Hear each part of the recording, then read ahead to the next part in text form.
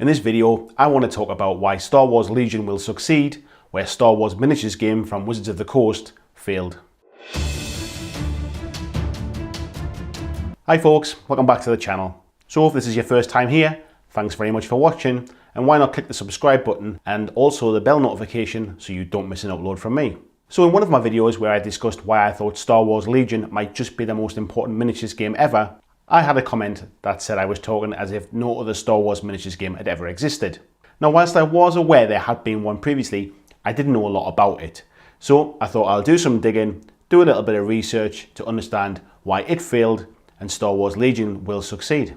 I said one of the main points why it will succeed is because it's Star Wars. So if Star Wars is such a big draw, why did it fail back then?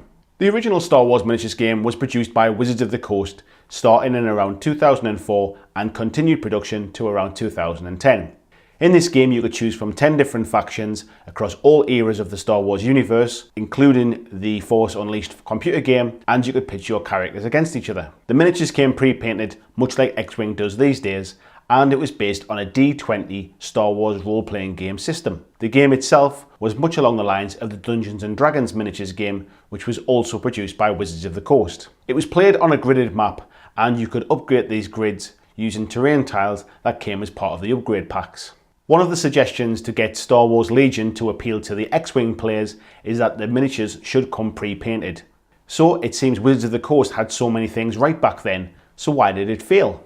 Well, one of the biggest issues I see with the original one is the way the miniatures were sold. These came in booster packs which contained 7 miniatures. The pack contained 1 rare or very rare, 2 uncommon and 4 common. Yeah, that's right folks, you didn't have a clue what you were getting in the pack. This is much in the same way that HeroClix figures are sold or Magic the Gathering cards. Again, both Wizards of the Coast products. Now whilst this might have worked back then as a collectible game, it doesn't really work as a miniatures game. If you're trying to get mass ranks of certain characters or certain sort of stormtroopers for example to build your army, the last thing you want to be doing is picking them at random. Can you imagine if you're playing Warhammer 40,000 and you go into a Games Workshop store and you want to buy a unit and what you have to do is put your hand into a big black bag and just draw one at random? Doesn't really work for a full-scale miniatures game. Another thing is it was also around the era of the prequel films, which were released in 1999 to 2005. Now as we all know, these are not Star Wars' finest moments. These following years were a time when Star Wars' reputation took a little bit of a kicking. Whilst the hype was high for these 3 new Star Wars films, we hadn't seen anything new for quite some time. Unfortunately, they were panned by critics and fans alike, with a big sort of portion of that blame lying on the shoulders of a certain Jar Jar Binks. How rude!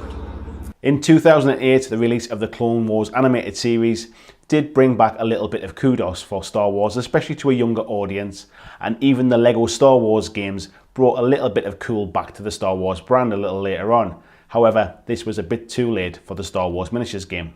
So in my opinion, the combination of a poor time period for Star Wars and a blind purchase system just didn't get this game in front of a wide enough audience. Fast forward 7 years and we have Fantasy Flight rejuvenating the Star Wars license into a miniatures game, and this is why I think it's a very different proposition. First of all, we have plastic, easy to build, highly detailed miniatures which are not blind purchase. Secondly, we have a new era of very successful Star Wars films that appeal to a wider audience. The buzz online suggests that fans are ready to jump on board in their masses. Generally, in the world of the internet, it's those that disagree with something that shout the loudest, but I'm hearing mainly positive vibes about this. Even those that are a little bit upset about this release seem to be the guys that invested quite heavily into Imperial Assault and are not very happy about the change in scale of the miniatures. But these folks are obviously Star Wars fans, and I would expect them to maybe come across even at a later point. Now of course there is a portion of miniature gamers who are just not into Star Wars. Yes, they do exist folks. Or they're heavily invested into something like Warhammer 40,000 or Age of Sigmar. But this would happen with any miniatures game or any new miniatures game to the market. The Star Wars license may just pull a few of those people away from their games because of the Star Wars IP. A new miniatures game without that Star Wars pull may not have done the same thing. The games that I think will take the biggest hit are games like Malifaux and War Machine that in my opinion just don't seem to be as popular as they once were. I am genuinely excited about this miniatures game, probably more so than I have been for any other miniatures game, and that's quite unusual for me. Normally it's the quality of the miniatures or the sculpts that really draw me in, but this time it genuinely just is the Star Wars license. That ability to play Star Wars miniatures in a Star Wars game is just too strong for me to ignore. As long as the rule set lives up to our high expectations, then I think we've got a winner on our hands. Help me, Fantasy Flight. You're my only hope. Thanks for watching, and I'll see you in the next video.